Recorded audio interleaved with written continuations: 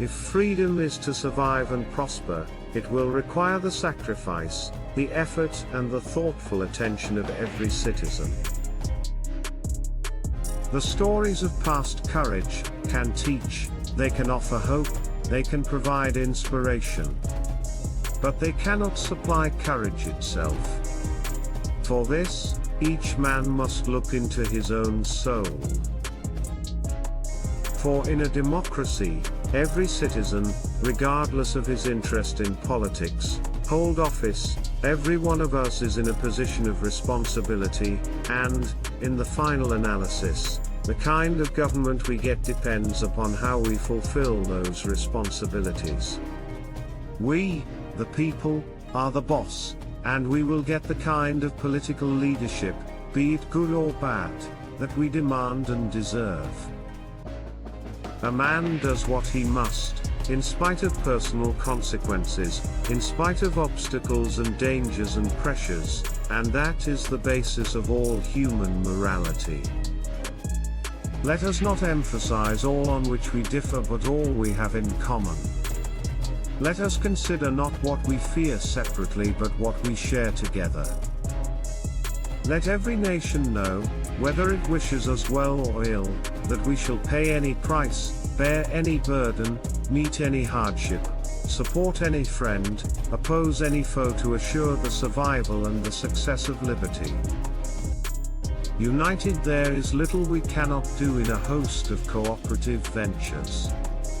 Divided there is little we can do, for we dare not meet a powerful challenge at odds and split asunder. If a free society cannot help the many who are poor, it cannot save the few who are rich. I think the American people expect more from us than cries of indignation and attack. The times are too grave, the challenge too urgent, and the stakes too high, to permit the customary passions of political debate. We are not here to curse the darkness, but to light the candle that can guide us through that darkness to a safe and sane future. So let us begin anew, remembering on both sides that civility is not a sign of weakness, and sincerity is always subject to proof. Let us never negotiate out of fear. But let us never fear to negotiate. That is the question of the new frontier. That is the choice our nation must make, a choice that lies not merely between two men or two parties, but between the public interest and private comfort, between national greatness and national decline, between the fresh air of progress and the stale, dank atmosphere of normalcy, between determined dedication and creeping mediocrity. All mankind waits upon our decision. A whole world looks to see what we will do. We cannot fail their trust, we cannot fail to try. Let both sides seek to invoke the wonders of science instead of its terrors. Together let us explore the stars, conquer the deserts, eradicate disease, tap the ocean depths and encourage the arts and commerce. My fellow Americans, ask not what your country can do for you, ask what you can do for your country.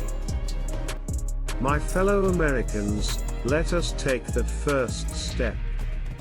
Let us step back from the shadow of war and seek out the way of peace. And if that journey is 1,000 miles, or even more, let history record that we, in this land, at this time, took the first step.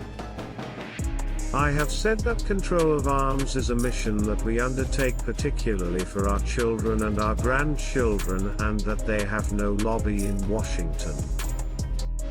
If more politicians knew poetry, and more poets knew politics, I am convinced the world would be a little better place in which to live. Change is the law of life. And those who look only to the past or the present are certain to miss the future. Children are the world's most valuable resource and its best hope for the future. For one true measure of a nation is its success in fulfilling the promise of a better life for each of its members. Let this be the measure of our nation.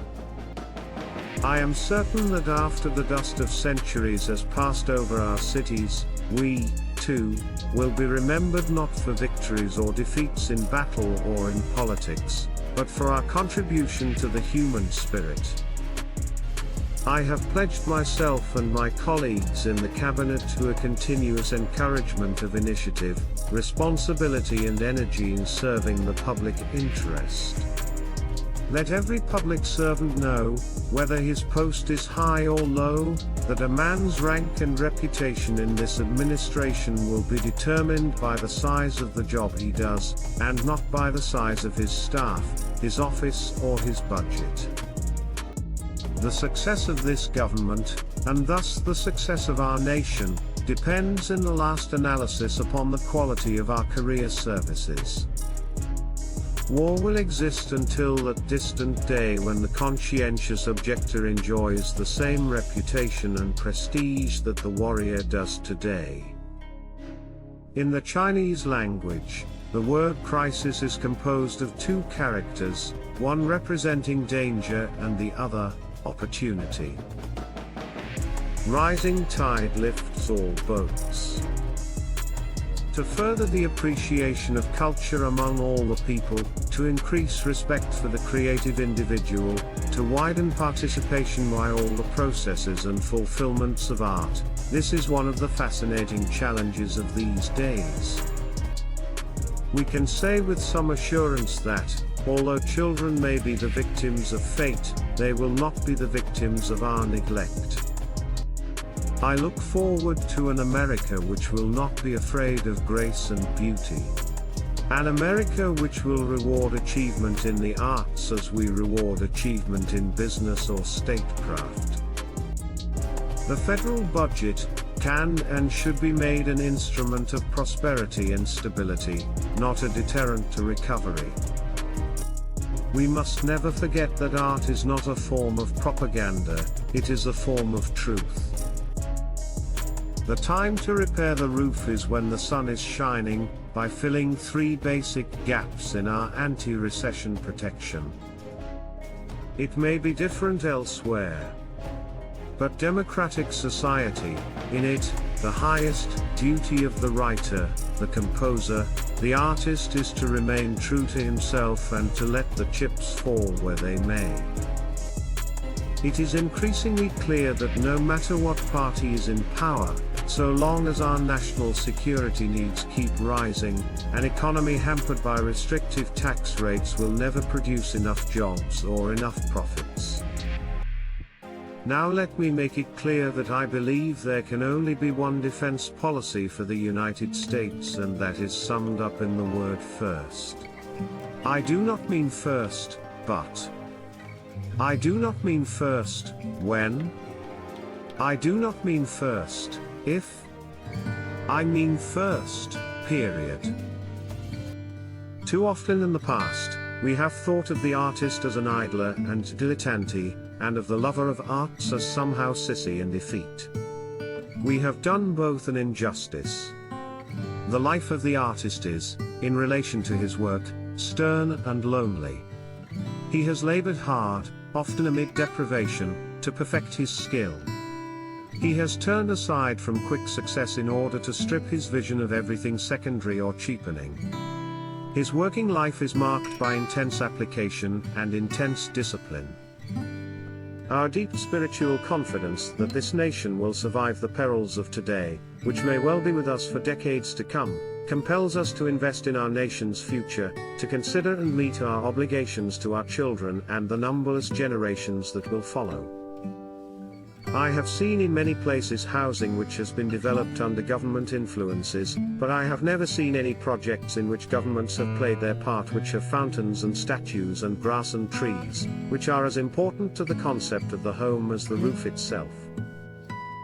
In serving his vision of the truth, the artist best serves his nation. Our goal is not the victory of might but the vindication of right. not peace at the expense of freedom, but both peace and freedom, here in this hemisphere, and, we hope, around the world. God willing, that goal will be achieved. This country cannot afford to be materially rich and spiritually poor. And if we cannot end now our differences, at least we can help make the world safe for diversity. For, in the final analysis, our most basic common link is that we all inhabit this small planet. We all breathe the same air. We all cherish our children's future. And we are all mortal. We celebrate the past, to awaken the future.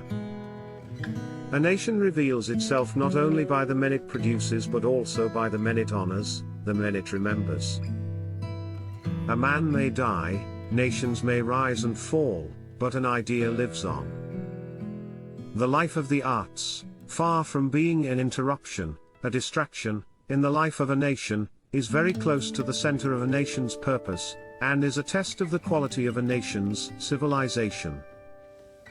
I can imagine a no more rewarding career. And any man who may be asked in this century what he did to make his life worthwhile, I think can respond with a good deal of pride and satisfaction: I served in the United States Navy. What really counts is not the immediate act of courage or of valor, but those who bear the struggle day in and day out, not the sunshine patriots but those who are willing to stand for a long period of time. We have become more and more not a nation of athletes but a nation of spectators. I have a nice home, the office is close by, and the pay is good. When I ran for presidency of the United States, I knew that this country faced serious challenges, but I could not realize, nor could any man realize who does not bear the burdens of this office, how heavy and constant would be those burdens. Let us not despair but act. Let us not seek the Republican answer or the Democratic answer but the right answer. Let us not seek to fix the blame for the past, let us accept our own responsibility for the future. But I think the American people expect more from us than cries of indignation and attack. The times are too grave, the challenge too urgent, and the stakes too high to permit the customary passions of political debate. We are not here to curse the darkness, but to light the candle that can guide us through that darkness to a safe and sane future. And we must face the fact that the United States is neither omnipotent or omniscient, that we are only 6% of the world's population, that we cannot impose our will upon the other 94% of mankind, that we cannot right every wrong or reverse each adversity, and that therefore there cannot be an American solution to every world problem.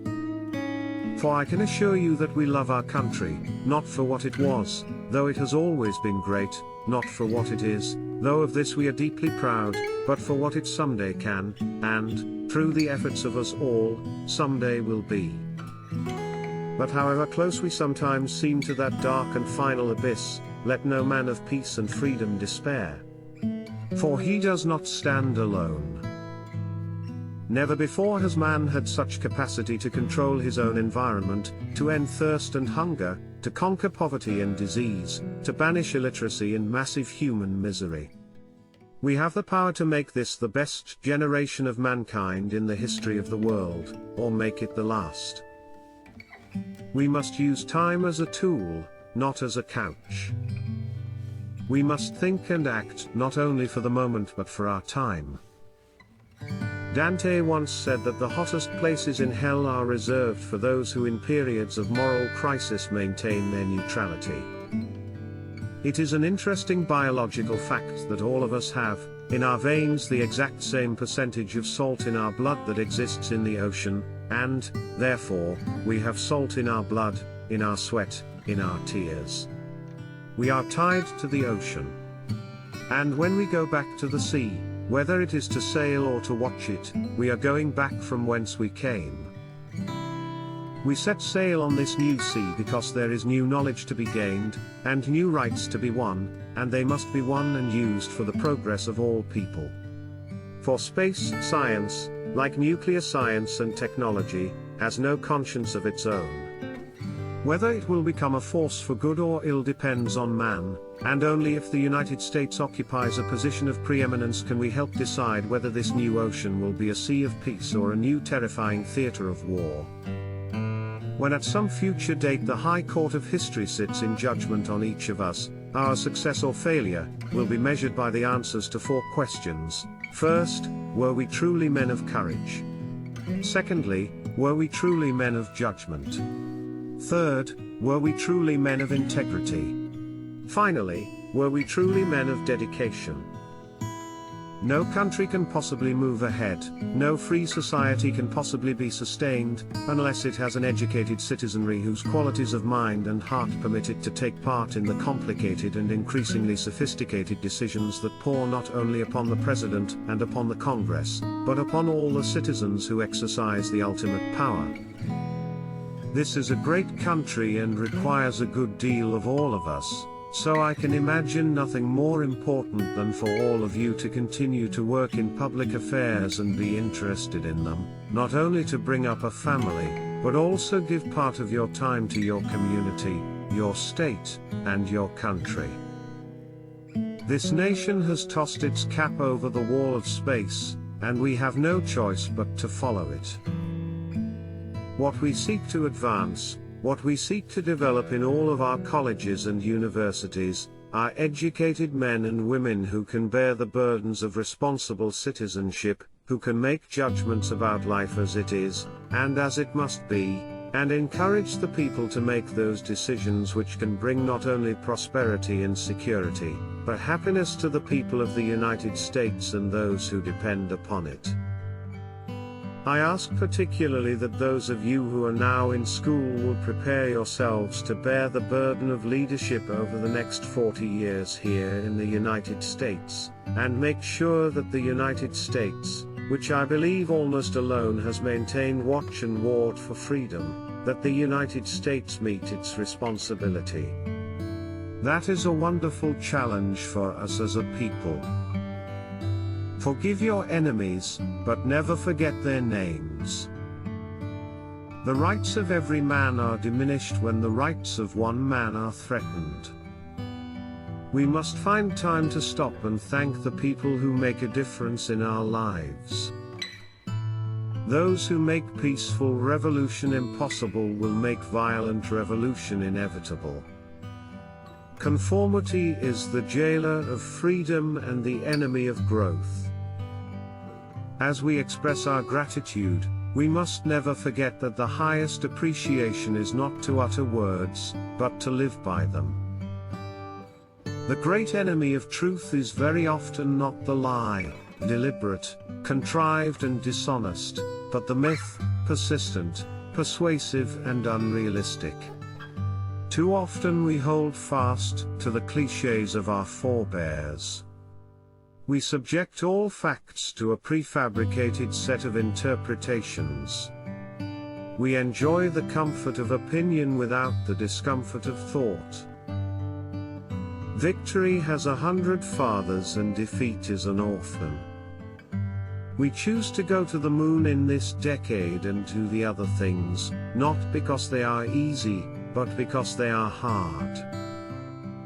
If a free society cannot help the many who are poor, it cannot save the few who are rich. Leadership and learning are indispensable to each other. Public libraries should be open to all, except the censor. One person can make a difference, and everyone should try. We must know all the facts and hear all the alternatives and listen to all the criticisms. Let us welcome controversial books and controversial authors. For the Bill of Rights is the guardian of our security as well as our liberty. Do not pray for easy lives. Pray to be stronger men. Liberty without learning is always in peril, and learning without liberty is always in vain. Mankind must put an end to war, or war will put an end to mankind. I believe in America that is officially neither Catholic, Protestant nor Jewish, where no public official either requests or accepts instructions on public policy from the Pope, the National Council of Churches or any other ecclesiastical source, where no religious body seeks to impose its will directly or indirectly upon the general populace or the public acts of its officials, and where religious liberty is so indivisible that an act against one church is treated as an act against all. We cannot negotiate with people who say what's mine is mine and what's yours is negotiable. Peace is a daily, a weekly, a monthly process, gradually changing opinions, slowly eroding old barriers, quietly building new structures. And however undramatic the pursuit of peace, that pursuit must go on. If not us, who? If not now, when?